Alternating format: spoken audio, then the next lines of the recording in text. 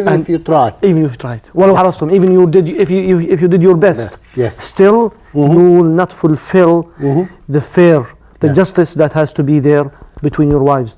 So in that case, Allah subhanahu wa ta'ala said what? Yes. Only one. Only one. And so Allah gives us the nature, which is the most common that need to be followed. And one. Scholars, I have to make a comment quickly. The scholars here said maybe you can equate in them in spending and providing and attention, but not in the emotions and the heart, because you know who we love and how much emotions we can't control. And even Muhammad sallallahu alayhi wasallam, قال ربي آخذني, oh Allah, account me for what I can't control, for what I can't control. Yes. But don't account me for what I can't control. But in spite of this, you know, people did get married, have multiple wives. And I always like to say, if we look at the footsteps of Prophet Muhammad sallallahu alayhi wasallam, he gave us two sunnahs, two footsteps.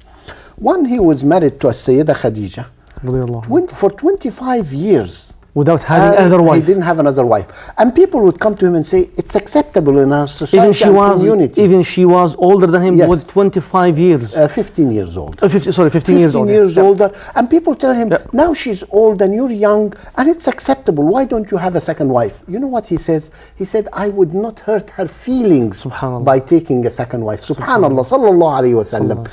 And so, yes, he found the stability, he has the house, he has the kids with her, and he did not. After she passed away, and under different circumstances where he had a lot of political responsibilities and religious responsibilities to show us it is halal, yes, he had multiple wives. So I always tell to the Muslims, you have two footsteps, two sunnahs.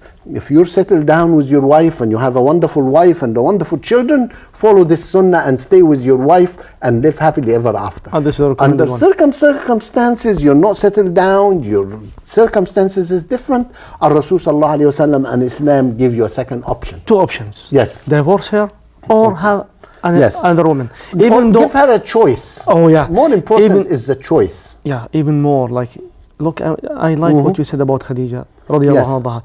Like, he was very, very, very honest. Yes. And keen to her radiyallahu anha.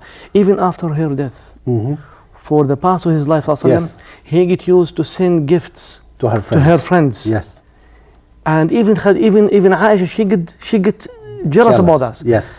But he said, I was really, she was beside me when I felt all obstacles.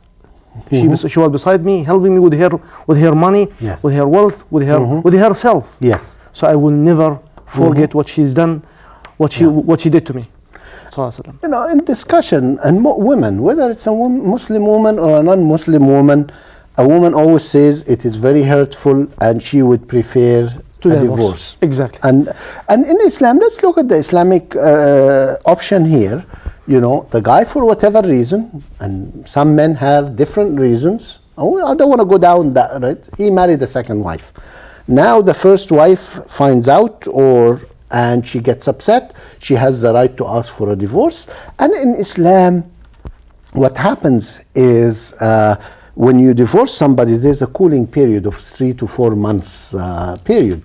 And then it's up to her. If she still wants the divorce, she can go ahead. If she doesn't, she is entitled to leave him. Yeah, let's also focus on what Muhammad sallallahu alaihi wasallam said about women. Yes. He said, خيركم خيركم لأهله وأنا خيركم لأهلي. The best among you is the best to his family, to his wife. Yes. So anyone who really appreciate what his wife is doing at home, or what his wife doing for his family, for his kids, he will be appreciating her so much. Yes. And he will be very, very, very careful to hurt her feelings. So some people, they are thinking that, okay, our wife, they have to do what they are doing at home now. But many scholars, they're saying that what wife is doing at home, this is because of her generosity. But this is one thing. Second thing, like Muhammad when in Hujjat al-Wada, before he died, he said, "Usikum bin nisa'i khayra." Yes. He was really giving very huge advice to the believers that you have to take care of your wives. So among all that, you see actions and advices to Muslims from Muhammad sallallahu alaihi wasallam. We can see that women in general, they are having the highest place let's say in Islam. Yeah. I'll give one hadith and I'll give you the chance to speak. Muhammad ﷺ said, anyone who had 2 or 3 daughters, yeah, and he taught them, he educated them, he fed them, he raised them in a very nice way, and he gave the education they need. Yes. They'll guide him to the paradise. He never said that if you have 3 sons. He said if you have 2 or 1 or 3 daughters. Yes. They will be your project. Yes. To the Jannah. Okay, and what I'd like to stress here is what I'm always asked by women, most Muslim women and non-Muslim women. So why a woman was not allowed to marry more than one husband? And we discussed that last time. But I have to say it for this show too, because I always say, give me a married woman with children who would say, I want another husband and another home and another kids to take care of. I'd love to meet this woman. I always discuss with every woman. She says one is more than enough. So this is, Allah created us, and this is human nature. This way. The woman is attached to her children, attached to her home. A man, Allah created us this way. I don't know why, but maybe to keep the world going, is maybe we are not as attached as a woman is. Yep. The other point I'd like to raise is, let's look at the statistics for how many Muslim men are married to 2 wives, how many are married to 3, and how many are married to 4. And we'll find that the percentage who's married to 2 wives, if you go around the Muslim world, you'll find a very small percentage. And if you look at who's married to 3, much, much smaller. And when we talk small, is it 1% or 0.5% that's married to 2 wives? And then it goes much less to 3 and much less to 4.